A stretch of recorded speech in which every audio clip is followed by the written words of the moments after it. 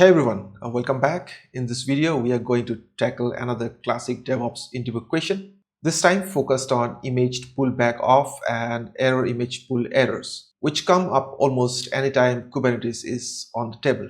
Here's the scenario. You deploy a new workload, but the pod fails to start and enters an ImagePullBackOff or ErrImagePull state. The cluster cannot pull the container image from the registry. Why this question matters? Because this question gives you a chance to show that you actually know how to troubleshoot Kubernetes in the real world. It proves you are comfortable working with logs and events, that you follow a sensible step-by-step process, and that you know how to figure out if a problem is coming from the application or the infrastructure. When answering this, you want to show a structured thought process. Interviews are not just looking for command memory. They want to see what you understand, how Kubernetes pull images and how your cicd pipeline push them. First, confirm the pod state by running kubectl get pods to make sure it's actually stuck in ImagePullBackOff or ErrImagePull. Next, inspect the pod using kubectl describe pod and scroll down to the events section. Look for error message from the runtime like daemon errors or failure to pull the image. Then check the image details itself. Cross-reference the image name and tag in your deployment manifest against your container registry to make sure the image exists and the tag matches what was actually built. After that, verify your registry access. If it's a private registry, make sure ImagePull secrets are properly set up and attached to the right service account. You can inspect the secret using kubectl get secret, then a secret name, a -o, then the output should be in YAML, so you need to mention YAML to double check the credentials. Finally, fix the issue.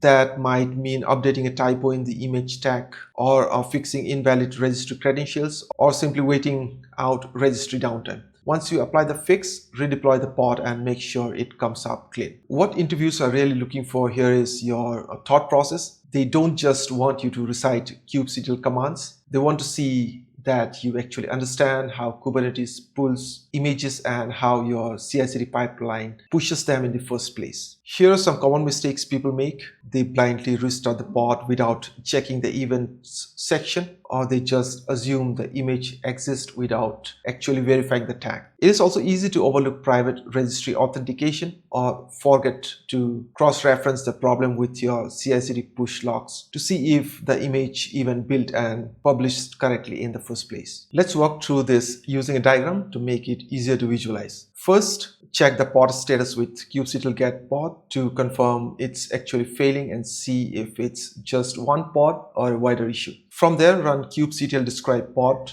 and head straight to the event section to read the exact error message, which will point you towards one of three paths. If it's an image not found or wrong tag error, double check the image name and tag in your manifest against what is actually sitting in the registry. Fix any typo in the manifest and redeploy. If it's an authentication error, verify your registry access. Make sure your ImagePull secrets exist and correctly attached to service account. Using kubectl get secret -o YAML to inspect them, fix or recreate the secret, then redeploy. If the registry is completely unreachable, confirm whether there is a wider outage on the registry side. If so, your main option is to wait for the registry to recover before triggering a redeploy. Once pods are up and running clean, wrap up things up by documenting what happened in your runbook, setting up cicd tag validation, and making sure alerts are configured for ImagePull failures going forward. By the way, there is a GitHub repo for this whole video series. Feel free to check it out if